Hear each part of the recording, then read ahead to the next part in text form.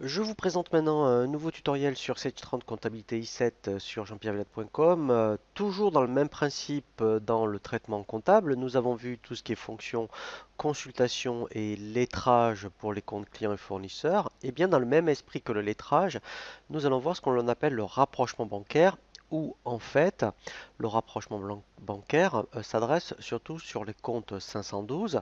Donc lorsque vous allez saisir vos écritures de règlement fournisseur encaissement client, tous les mois, vous allez faire ce qu'on appelle un rapprochement bancaire où le principe est de pointer vos écritures que vous avez saisies en banque par rapport au relevé bancaire, par rapport aux opérations qui ont été passées.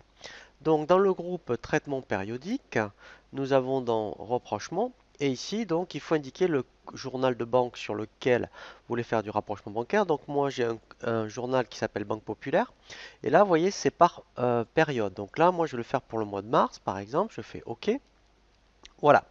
Donc là, alors même, enfin, il n'y en a pas beaucoup, mais le principe est le même. Il me présente toutes les opérations du mois de mars. Donc là, vous voyez, c'est deux règlements de facture. Et en fait, donc l'objectif, c'est lorsque vous avez votre relevé en main, relevé papier bien sûr, donc il va falloir tout simplement pointer ce que vous voyez vous ici et ce que vous voyez passer sur le relevé. Alors, en fait, vous avez ici pièce de trésorerie. Pièce de trésorerie, c'est la référence du relevé. Donc, à chaque fois qu'on va pointer une écriture, vous verrez ici, ça va s'activer. Donc, en fait, moi, je vous conseille de mettre le numéro du relevé bancaire. Donc, là, je vais mettre quelque chose de fictif, hein. Je vais mettre R 001 par exemple. Voilà. Donc là, ça, je le valide. Et en fait, donc je dis, et ben voilà. Donc là, ça, c'était la facture orange. Elle est passée. Donc tout simplement, vous voyez, je clique.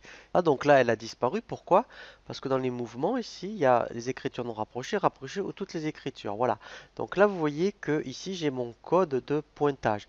Et vous faites ça sur toutes les opérations que vous voyez entre vos écritures à vous et celles du relevé bancaire. Donc après, quand vous avez terminé, eh bien tout simplement, vous allez faire imprimer. Alors en fait, voilà, vous allez faire un aperçu. Et là, vous allez indiquer, voilà, donc la date de rapprochement. Alors en principe, ça serait le 31 mars, hein, ça voilà. Ici, ben, vous direz, ben, je veux toutes les écritures entre le 1er mars et le 31 mars. Et là, voilà, vous pouvez dire, je veux d'abord celle non rapprochée ou rapprochée. Voilà, et après on fait OK. Alors là, je vais prendre donc voilà, jusqu'au 28 mars, voilà. Et ici, quand on fait OK, voilà, donc là, aperçu, on va avoir un état, voilà, vous voyez, avec toutes les écritures, donc en fait, ici, qui ont été rapprochées. Voilà, ici, vous voyez, donc j'ai les écritures qui ont été rapprochées. Donc là, il n'y en a qu'une, mais il y en aurait plusieurs, ça serait pareil. Et après, vous auriez votre écart. Donc après, ça correspond effectivement vraiment au solde de trésorerie. Voilà, donc vous voyez, c'est quand même relativement simple, le rapprochement bancaire. C'est un peu comme le principe du lettrage. En fait, tout simplement, vous allez pointer toutes les écritures que vous voyez entre votre relevé et que vous avez vraiment saisi dans votre banque en indiquant ici la référence du relevé. Comme ça, au moins, quand vous pointez, vous savez à partir de quel numéro de relevé ça se réfère.